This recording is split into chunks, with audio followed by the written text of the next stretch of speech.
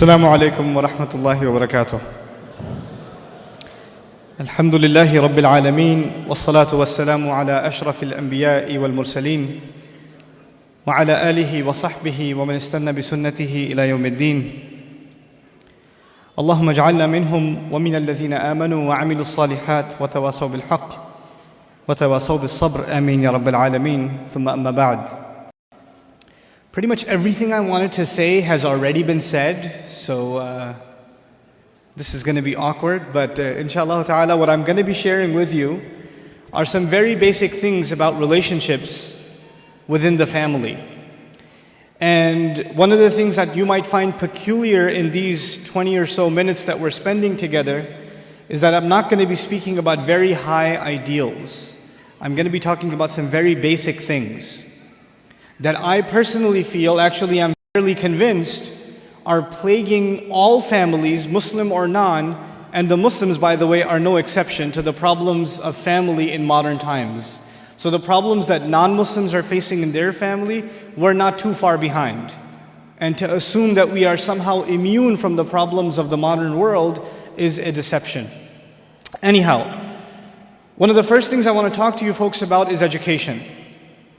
What nowadays we consider a good education, and why do people get an education to begin with? People get an education nowadays to get a good career. That's probably the number one reason you're going to school, or you're sending your children to school, or plan to send your children to school, that eventually they will have a good way of making money for themselves, a career, a meaningful career. The second reason why people pursue an education is to get credentials. It's kind of a show of respect. That I went to college, I graduated, I have a degree. It's kind of a show of I'm a respectable member of society. When you're not able to finish your high school diploma or go to college or whatever else, it's almost a disgrace in most societies. Especially in societies where the parents didn't have such an opportunity, like they were farmers or taxi drivers or whatever else. They dream that their child, when he grows up or she grows up, they will definitely get an education. So the two fundamental reasons for which people pursue an education nowadays is either to get a career or to gain some respect in society. These are the two reasons that are shared by all people. This is not even a Muslim thing, this is across the world. Go and ask somebody why they're pursuing an education in Australia or in China or in Pakistan, they'll tell you the same thing. But what I want to add to this discussion, and what this has to do with family and relationships, is that we're living in strange times where you can have a PhD in biochemistry and you can have a doctorate in nuclear physics or history or political science, and the guy does not know how to be a husband. The guy has no clue how to be a neighbor. He has no idea how to be a good son or a good father for that matter. He has no clue. I would consider that a basic education. To be a decent son, a decent father, a decent neighbor, basically a decent human being, a decent husband. These are basic things, but people have pursued, and we've defined for ourselves education and other things, and when it comes to the very basics of being a decent member of society and a decent member of your family, we are almost completely ignorant. And a lot of times people that are completely ignorant may even be extremely knowledgeable in religion. This is the crazy one. The religion that came to make you a decent person, the religion that came to make you a respectable human being, that gave you your dignity back, people have knowledge of this religion. They're attending courses, seminars, listening to speeches, memorizing surahs, studying tafsir, and yet they don't have the wherewithal on how to talk to their wife or talk to their mother. They don't know how to carry a conversation on the phone. They lose their temper all too easily. Subhanallah, it's incredible. It's really ironic. So what I want to focus on are some very basic things. I've traveled, subhanAllah, it's a gift of Allah to me. I am grateful, eternally grateful, that I've had the opportunity to see over 150 Muslim communities all over the US. Masjid to masjid to masjid, community to community to community. And you know what I see? I see the same thing. I see the same exact mistakes being repeated by us over and over and over and over again. And you know who comes to me all the time and says, "Can you talk to my children?" Parents of teenagers. Parents of teenagers come to me all, I have my son, he just doesn't listen to me anymore. Can you talk to him? Like I have some prescription drug that I carry with me that, Or you know what it is? The son comes over, I'm gonna be like, and all of a sudden, he'll be this amazing kid. But if you just talk to him, no. What if you talk to him? And where were you when there was time to talk to him? Let me tell you something I'm going to talk about parents first a little bit, then I'll talk about couples. And that's the only time we have. Two things. Two kinds of fundamental relationships. Your relationship with your children and your relationship with your spouse. So we'll talk about some very basic things in regards to both. When your children are little, when they're 5, 6, 7, 2, 3, 4, you know what the most important thing is? I have 5 of those, I could tell you. The most important thing to them is your approval. They want to make you proud, man. They want to show you what they did. I'll be on an important work phone call, and my son will come over, my 2-year-old will come over. Abba. I'm like, okay, hold on. What is it? Nothing. I'll go back on the phone, and he'll start calling me again. I'll be like, okay. What is it? I want to show you something. What do you want to show me? That is it. But you know what I'm supposed to do? Oh my God, that's awesome. Do it again. I'll call you back. You're supposed to appreciate what your children do. They live for that.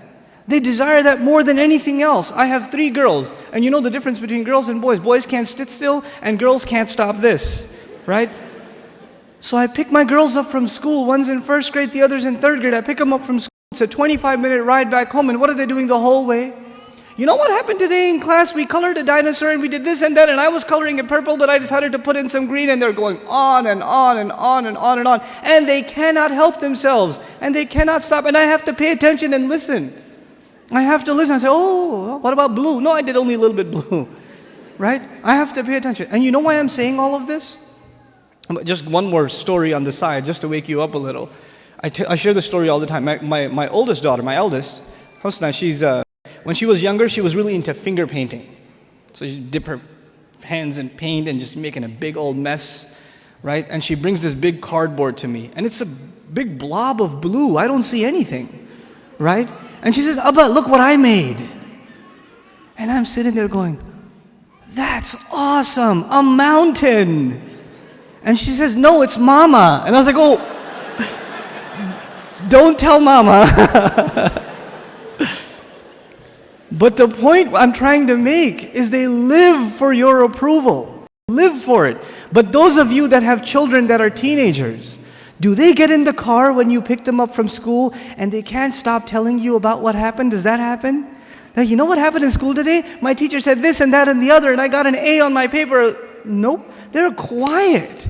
And you're trying to tell them, how was your day? It was okay. So what'd you do? Something. Where are you going today? Somewhere. They don't talk. Getting them to talk is like an interrogation at a police station. And they're not saying anything to you. And while trying to ask them questions, they're texting their friend, my dad is asking too many questions today. You know? I don't know what's up. Did you tell him something? What I'm trying to get at is very simple. At a younger age, your children crave your attention. And when they get older, you will crave their attention. But if you don't give them attention when they're tiny, when they come to you with their toys and you say, go in your room, I'm watching the news. The game is on. Could you take him, please? Come on, I had a long day at work. I don't want to deal with this right now. I have friends over. It's embarrassing. Go to sleep. Go get out of here. When you have this attitude towards your children, like they're an obstacle in your path, your job was at work. When you come home, you're on vacation. No, buddy, your job began when you came home. That's your job.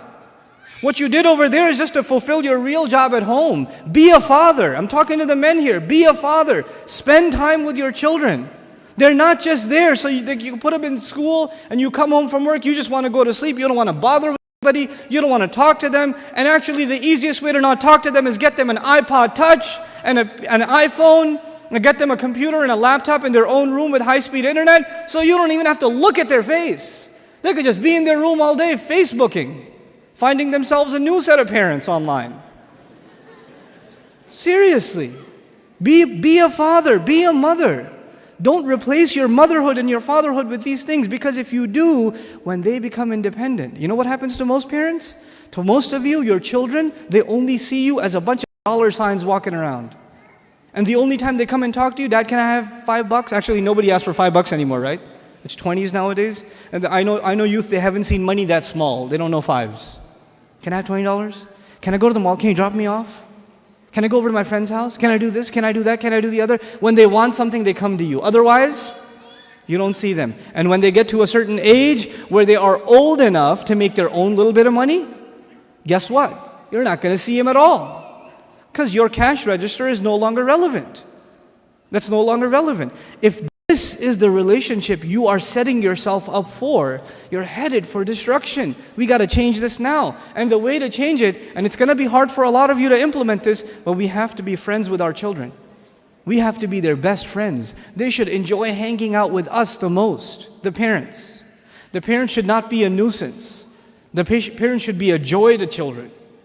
They should be a joy to them. And being good parents doesn't mean you get them toys and you get them nice things and you get them nice clothes. That's all there and that's fine and dandy. But the most important thing you give them right now is your time, especially in this society where so many things are pulling away at their time. And the thing you are not able to give them, you can give them their own room, you can give them money, you can give them allowance, you can give them clothes, but you don't give them time. And when you don't give them time, they separate themselves mentally from you. They cut themselves off. They learn to become independent at an early age. And independent in this society really means alienated. It doesn't just mean independent. This is a serious matter on how to raise our children. We have to openly communicate with them. And that's the other thing. And part of this communication, only one more thing about parenting before I go to marriage. Just one more basic thing about parenting in this society. You know, there are certain things in Islam that are absolutely unacceptable. They're taboo, they're forbidden, they're haram, they're evil. But our children see them every day. They see this stuff every day. You can't even avoid it. They're looking out their window and they see a billboard. You know, they're just watching cartoons and an ad comes on. They see this stuff and most of you put them in school. And I don't even say Islamic schools are safe because most kids in Islamic school are watching the same shows that the kids in public school are watching. And they're talking about it at the school too. Let's face reality for a moment. They are exposed to a lot of stuff. They really are. So the first time your daughter comes home and starts talking about some Disney boy that they're pushing on in the media, or some girl that sings a lot of songs, and these are filthy role models, filthy. They're worse than animals. I'd rather my children watch like puppet animals than watch these people, because they behave worse than animals, wallahi. The Hannah Montanas of the world are the filth of the planet. They really are. And I've seen this, little Muslim girls with hijab on, going to Islamic school with a Hannah Montana book bag. What is wrong with you, parents? What happened to you? This is unacceptable. But when your children bring something like that up, they say something like that. They say something that is completely unacceptable to you. What happens to most parents? This is wrong. We don't talk about these things. Astaghfirullah. Say astaghfirullah. It's like, oh. Fine, I guess you don't want to talk about it. I'll just talk to my friends about it then. And you know what you just did? You basically told them, if you have something that is of this nature, of a controversial nature, don't talk to me about it. But does that mean they'll not talk about it at all? They will talk to someone, and who's it going to be? Their friends. Most of the time, they're non-Muslim friends, from whom they will get non-Muslim kinds of advice. You close the doors to communication. And me being from the background I am, my ancestry is Afghan. So I have a hot temper. So my daughter came home one day, preschool. My daughter was in preschool, but we're very possessive of our daughters, you know. So she comes home and she says, Ahmed was so funny in class today. I was like, who's Ahmed? And my wife says to me, calm down, let me talk to her. You go away, you can't handle this. And she talks to me, it was nothing, he just fell off the chair, she was saying it was funny. It's very innocent. But if she hears, my dad really gets upset when he hears the name Ahmed or Sharif or whatever, so I better not bring it up. I better not tell my parents what happened at school, then I've shut the doors of communication. I've made that mistake. And a lot of parents made that mistake and they're paying the price now. And they're listening to this and they're shedding tears because they're remembering the mistakes they made. They really are. But let's switch gears quickly, inshallah, and talk a little bit about marriage. the other fundamental, the core component of a healthy society. We cannot talk about da'wah. We cannot talk about establishing a harmonious Islamic society until we have a harmony inside the household. But our households are the places of chaos. How are we talking about higher ideals in da'wah when our homes are broken? Husband and wife are arguing every day. Sarcasm inside the house. Nasty commentary towards each other. You know, you're really not that pretty. Or you don't know Yusuf alayhi salam yourself. You don't see me cutting my hands. Unnecessary sarcasm. Unnecessary hurtful commentary towards each other. Hurtful words to it. And you know, a lot of times you know exactly what's going to annoy your wife. And you do it anyway. And a lot of times the women, they know exactly what's going to get under his skin. And they'll say it anyway. Just to see what happens. Right? And who's watching all of this while you're doing this to each other? These word games you're playing with each other and this battle inside the house. Who's watching? Who's the real victim? The children. The children are learning this behavior. What kind of parents are they going to be when they grow up? There's no sense of forgiveness inside the marriage. You know, the Muslim man, a lot of you who work in the public sphere, in corporate or whatever else, you'll go to work, your secretary, highly inappropriately dressed, is smiling at you. How's it going, Muhammad? How's your day?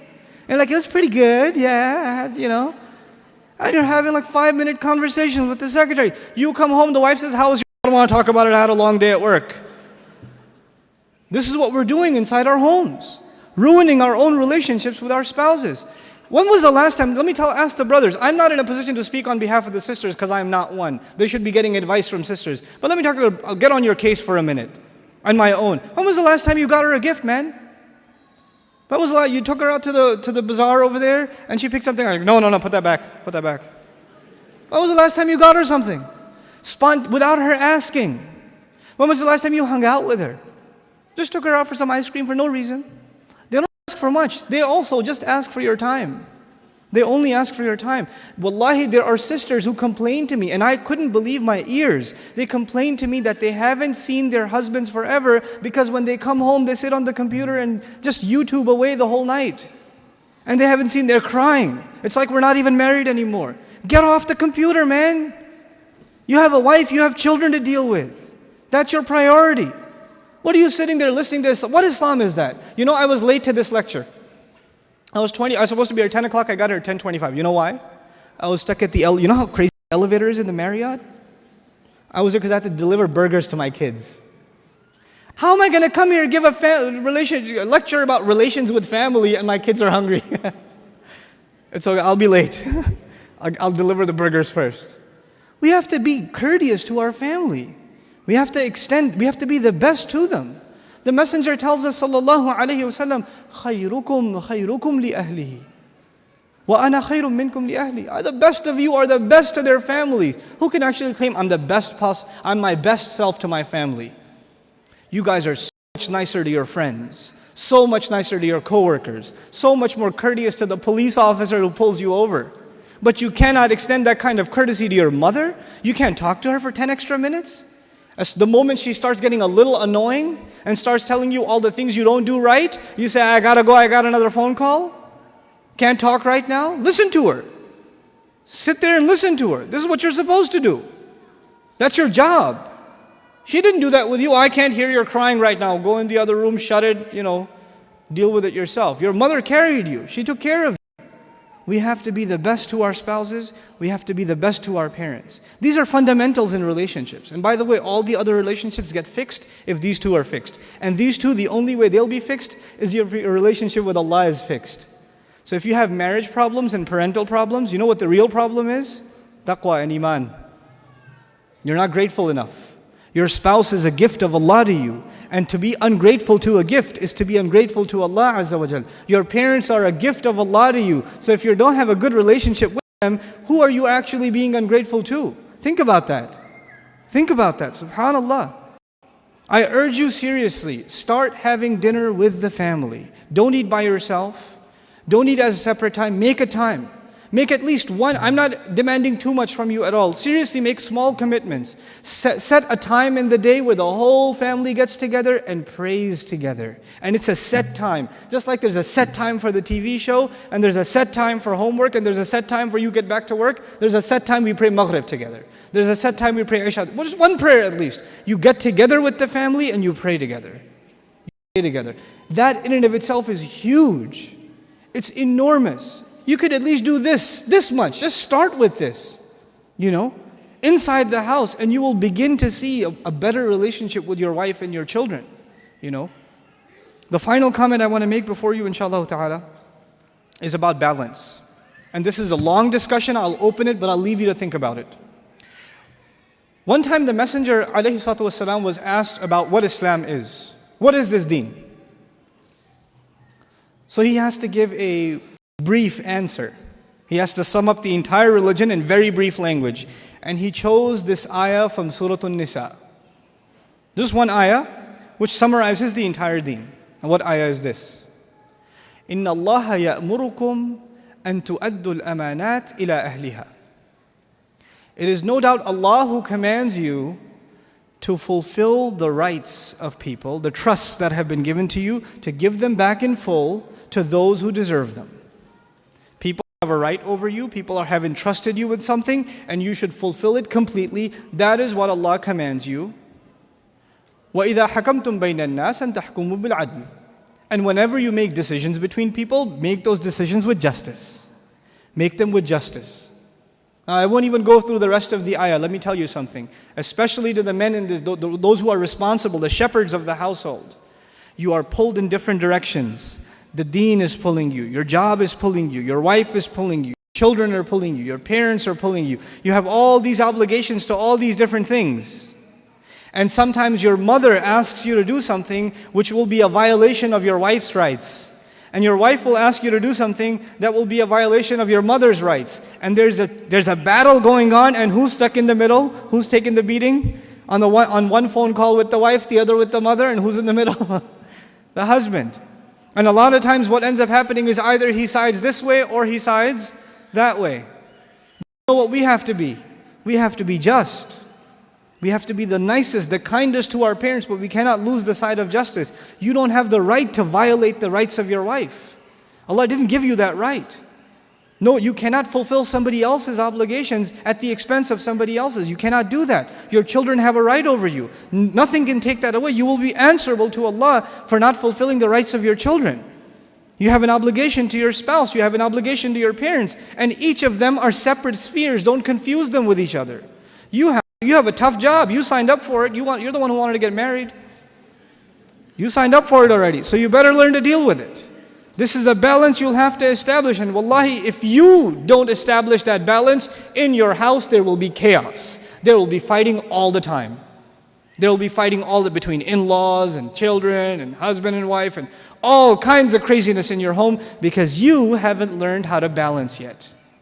You haven't learned how to fulfill your obligations yet. And the role of the spouses, the wives, is to help their husbands find a balance, not just to fulfill their agenda, because they will be answerable to Allah as well. They're supposed to support their husbands and help them. Stop being sarcastic towards each other. Stop complaining about each other. Just do your part. Don't expect from your wife, don't expect from your husband, expect from Allah. Just do what you're supposed to do. What you deserve will come from Allah, will not come from your spouse. Get over it.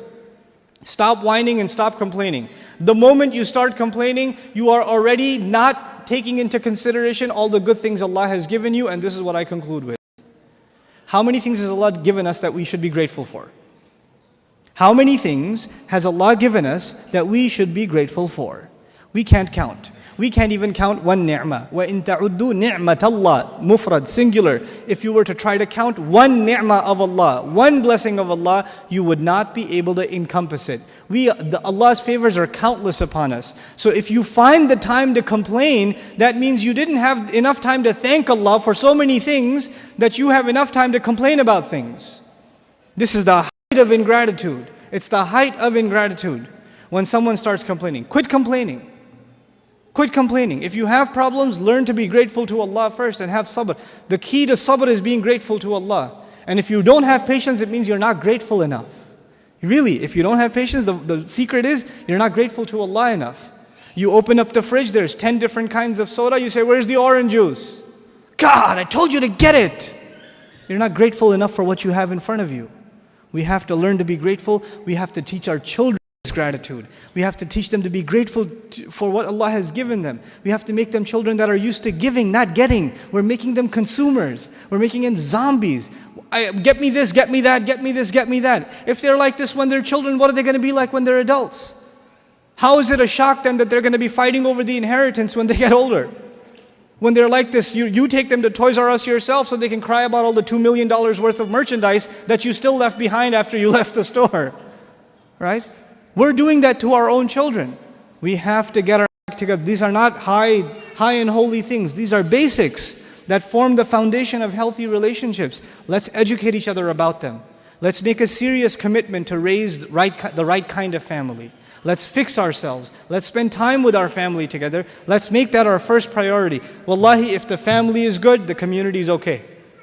And all the problems you see in the community, they're not community problems. They start with family problems. Let's fix those first. May Allah Azza wa Jal make us of those who are able to save themselves and their families from the hellfire. May Allah Azza wa Jal make us of those who are able to be patient, the most patient with their own family. Be the most merciful to their own family, the most forgiving to their own family, and may Allah make us of those who are able to reconnect the bonds that have been cut because of fighting and disputes and arguments. May we become those who make the call back and say, you know what, no more silence. I'm going to call my dad back. So what if we had a fight 6 months ago? I'll call him back today after this conference. At least that's one promise I make to Allah. I will reconnect those relationships. I will go apologize to my wife for what I said. I'll go apologize to my husband for what I did. I will fix myself now because this is what I owe to Allah Azza wa Jal. May Allah make us of those people. May Allah Azza wa Jal forgive our shortcomings. Barakallahu li wa lakum. Wassalamu alaikum wa rahmatullahi wa barakatuh.